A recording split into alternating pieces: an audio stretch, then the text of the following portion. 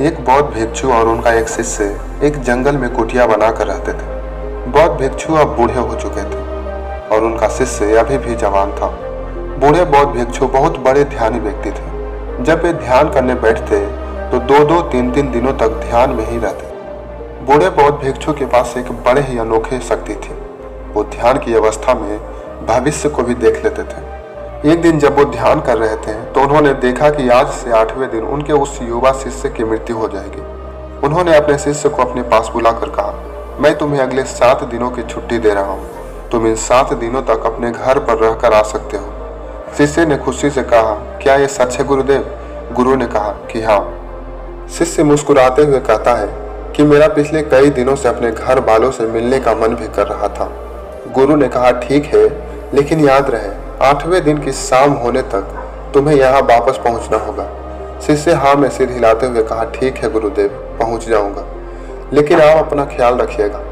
अब आप बूढ़े हो चुके हैं। आश्रम का कोई भी काम हो आप उसे मेरे लिए छोड़ देना, मैं वापस आते ही उसे कर दूंगा। इसके बाद शिष्य गुरु का आशीर्वाद लेकर पहाड़ी से नीचे उतर गया, बिना ये देखे कि गुरु की आंखों में अपने शिष्य को खोने का कितना दर्द था। शिष्य के गांव के रास्ते में एक नदी पड़ती थी। उस नदी के किनारे चींटियों के बहुत सारे टीले थे, जहां लाखों चींटियां रहती थी। उनमें से कुछ चींटियां लगातार टीले के अंदर जा रही थी, वहीं कुछ चींटियां बाहर आ रही थी, जिससे कुछ चींटियां एक दूसरे से टकरा जाती थी और अपना रास्ता बदल देती थी। ये सब देखकर उस शिष्य को बड़ा आनंद आ रहा था। वह कुछ देर वहीं खड़ा होकर उन चींटियों को देखता रहा। फिर उसका ध्यान उस नदी की तरफ गया। उसने देखा कि नदी का पानी धीरे धीरे बह रहा है, जिससे नदी से उठने वाली लहरें चींटियों के टीले के पास पहुंच सकती है, जिससे लाखों चींटियां बेवजह मारी जाएगी। यह सोचकर उसने अपने ऊपर के कपड़े उतारे और उनमें मिट्टी भर के चींटियों के टीले के चारों तरफ एक घेरा सा बना दिया। साथ ही उसने कलात्मक तरीके से मिट्टी को काटकर एक छोटी सी नाली बना दिया, ताकि लहरों से आने वाली पानी नाली के माध्यम से होते हुए वापस नदी में चला जाए। इसके बाद वह नदी पार करके अपने घर चला गया। अपने घर पहुंचने के बाद उसके 8 दिन कब बीत गए उसे पता ही नहीं चला। 8वें दिन उसे याद आया कि आज शाम तक तो गुरुजी ने आश्रम लौट जाने का आदेश दिया था। उसने उसी रात अगले सुबह आश्रम के लिए निकलने हेतु सारी तैयारियां कर ली। सुबह होते ही वे आश्रम के लिए निकल पड़ा। उसे उम्मीद थी कि शाम होने से पहले वो आश्रम पहुंच जाएगा। शाम हो चुकी थी। यहाँ गुरुदेव आश्रम में बैठे बैठे ये सोच रहे थे कि आज तो 9वां दिन है। अब तक तो मेरा शिष्य इस दुनिया को छोड़ चुका होगा। वह इस बात से काफी दुखी थे कि वह मरने से पहले आखिरी बार अपने शिष्य को देख भी न सके। गुरु बैठे बैठे ये सब सोच ही रहे थे कि दूर से एक इंसान आता हुआ दिखाई दिया। उन्होंने ध्यान से देखा तो चौंक गए। अरे ये तो मेरा शिष्य है। गुरु ने दौड़कर शिष्य को गले से लगा लिया, लेकिन वह इस बात से अचंभित थे कि आज 8 दिन बीत जाने के बाद भी उनके शिष्य जिंदा कैसे रहा। गुरु ने शिष्य से कहा, यहाँ से जाने के बाद तुमने जो कुछ भी किया मुझे बताओ। शिष्य ने चींटियों वाली कहानी गुरु को सुनाई। कहानी सुनते ही गुरु को यह समझते देर न लगी कि शिष्य ने लाखों चींटियों की जान बचाई और उसके इसी कर्म का परिणाम है कि शिष्य को एक लंबा और एक खुशहाल भरा जीवन प्राप्त हुआ है।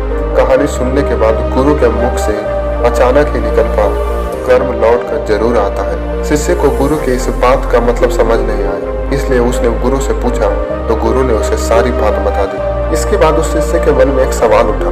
उसने अपने गुरु से पूछा, गुरु जी, जब आप सब कुछ देख चुके थे और आपको यह पता था कि कर्म इस तरह काम करते हैं, तो आप मुझे पहले ही अच्छा कर्म करा सकते थे ताकि मेरी मृत्यु टल जाती। आपने ऐसा क्यों नहीं किया? मैंने तो अनजाने में उन चींटियों की मदद कर दी थी, जिसके परिणाम स्वरूप आज हम आपके सामने जिंदा खड़ा है। लेकिन आप यही काम मुझे बताकर भी तो करा सकते थे। आपने ऐसा क्यों नहीं किया? ये सुनकर गुरु ने मुस्कुराते हुए कहा कि जब भी कोई कर्म बिना लालच के किया जाता है वही असली कर्म कहलाता है। जिस कर्म में तुम्हारी कोई इच्छाएं नहीं जुड़ी होती है, कुछ पाने के लिए वह काम नहीं किया जाता है, ऐसा काम ही फलीभूत होता है और वही कर्म कहलाता है। अगर मैं तुम्हें तुम्हारी मृत्यु को टालने के लिए तुम्हें यह प्रक्रिया करने के लिए कहता तो तुम उस कर्म को किसी मकसद को पाने के लिए करते, और जब तुम उस मकसद को पाने के लिए करते तो उसमें तुम्हारा लालच दिख जाता। इसके परिणाम स्वरूप तुम्हें उस कर्म का पूरा लाभ नहीं मिल पाता। कर्मों का एक छोटा सा सिद्धांत है कि बस तुम कर्म कर दो, बिना मन में ये लालच पैदा किए हुए कि इस कर्म का परिणाम क्या होगा, इसका फल तुम्हें जरूर मिलेगा। अक्सर इंसान जब किसी को दान करता है तो उस दान के साथ उसके मन में जुड़ा होता है कि मैं आज दान कर रहा हूँ तो मेरे साथ अच्छा जरूर होगा, मेरा साथ भगवान जरूर देंगे। और जिंदगी में बहुत सारे कर्म हम इसी तरीके से करते हैं, जिसके परिणाम स्वरूप हमें उस कर्म का पूरा लाभ नहीं मिल पाता। और बाद में हम ये सोचते हैं कि कर्म तो काम ही नहीं करते, कर्मों का सिद्धांत मिथ्या है, झूठ है।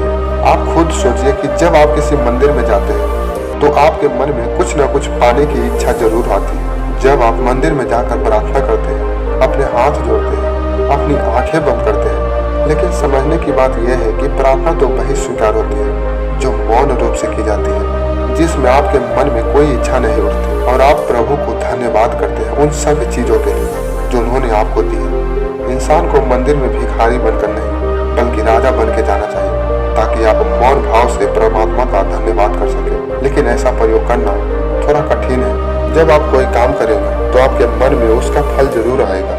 आप जरूर सोचेंगे कि मैं यह काम कर रहा हूँ तो मेरे साथ ये अच्छा जरूर होगा। इसलिए ध्यान करते हुए अपने मन को मौन बनाएं, अपने मन को शांत बनाएं और वर्तमान में रहकर बिना भविष्य की चिंता किए बिना कर्म करते जाएं। आपको फल जरूर मिलेगा, लेकिन आपको उस फल के बारे में सोचने की जरूरत नहीं है, वरना आप गलत दिशा में फंस जाएंगे। तो आज के लिए बस इतना ही, मिलते हैं नेक्स्ट वीडियो में। तब तक के लिए आप अपना और